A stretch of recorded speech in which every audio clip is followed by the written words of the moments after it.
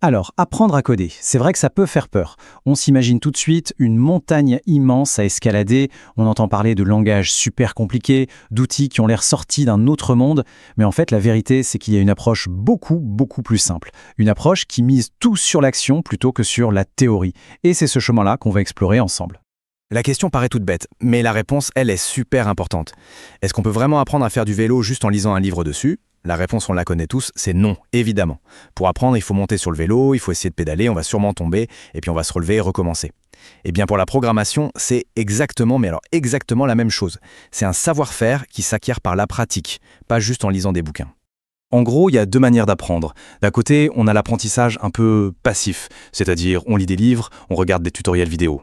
Et de l'autre, on a l'apprentissage actif. Là, on met les mains dans le cambouis. On écrit du code, on fait des tests et surtout, c'est le plus important, on fait des erreurs. Et c'est ça la vraie différence. Parce qu'en programmation, une erreur, ce n'est pas du tout un échec. Au contraire, c'est juste une étape de plus pour vraiment comprendre.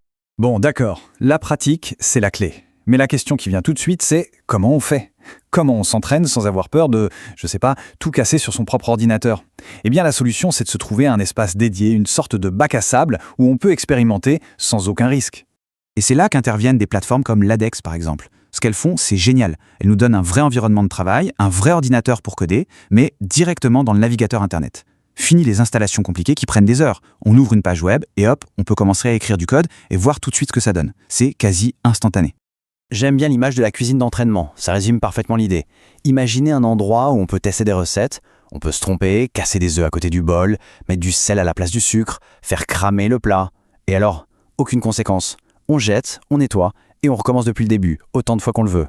C'est exactement ça, avoir la liberté totale de faire des essais pour pouvoir apprendre. Ok, donc on a un endroit sûr pour s'entraîner. Mais il reste un autre obstacle, et pas des moindres, surtout quand on débute. C'est la peur des outils professionnels. C'est vrai que de prime abord, ils peuvent sembler super intimidants. Prenons l'exemple le plus connu, le terminal. Vous savez, ce fameux écran noir avec du texte qui défile, on dirait un truc de film de hacker. Forcément, ça a une réputation un peu effrayante. Mais en vrai, c'est beaucoup plus simple que ça en a l'air.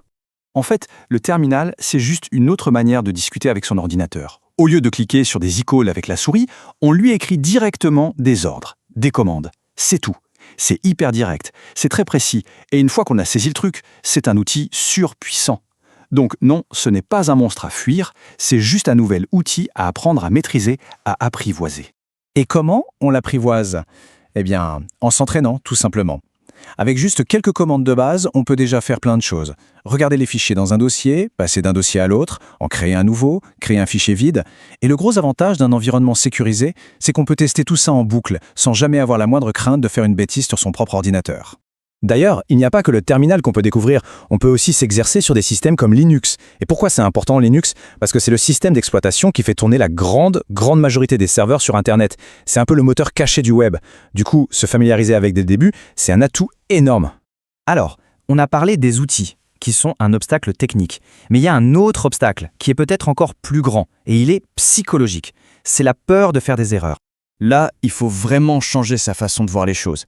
Parce qu'en programmation, les erreurs, ce n'est pas juste un truc normal qui arrive. Non, c'est bien plus que ça. Les erreurs sont nos meilleurs professeurs. Point. C'est un cycle d'apprentissage qu'on retrouve partout. Le meilleur exemple, c'est un enfant qui apprend à marcher. Qu'est-ce qu'il fait? Il essaie de se mettre debout, il tombe. Il se relève, il comprend un petit quelque chose sur son équilibre, et il réessaye encore et encore. La programmation, c'est la même dynamique. On essaye un truc, ça ne marche pas, c'est notre erreur, on cherche à comprendre pourquoi, on corrige et à la fin, on réussit. C'est le chemin normal, le seul chemin en fait pour vraiment apprendre. Et ce qui est génial avec ce processus, c'est qu'on n'apprend pas seulement à coder, on construit quelque chose de bien plus fondamental, de bien plus précieux, la confiance en soi. Cette confiance, elle ne vient pas d'un coup. Elle se construit petit à petit, victoire après victoire. C'est pour ça qu'un bon parcours d'apprentissage doit être progressif. On commence avec une tâche toute simple, vraiment basique, comme créer un dossier. On réussit, ça y est, première petite victoire. Et on se sert de ça pour passer à l'étape d'après. Chaque succès, même tout petit, renforce cette idée qu'en fait, oui, on est capable d'y arriver. Et le plus beau dans tout ça, c'est que ces exercices, ces petites victoires, ce n'est pas juste pour jouer, pas du tout. Les outils avec lesquels on s'entraîne, le terminal, Linux, ou même des choses comme le contrôle de version avec Git, ce sont exactement les mêmes que ceux qu'utilisent les développeurs professionnels tous les jours. Du coup, le passage du monde de l'apprentissage à celui du travail se fait de manière super naturelle. Alors, si on devait résumer tout ça en quelques points clés, qu'est-ce qu'on dirait?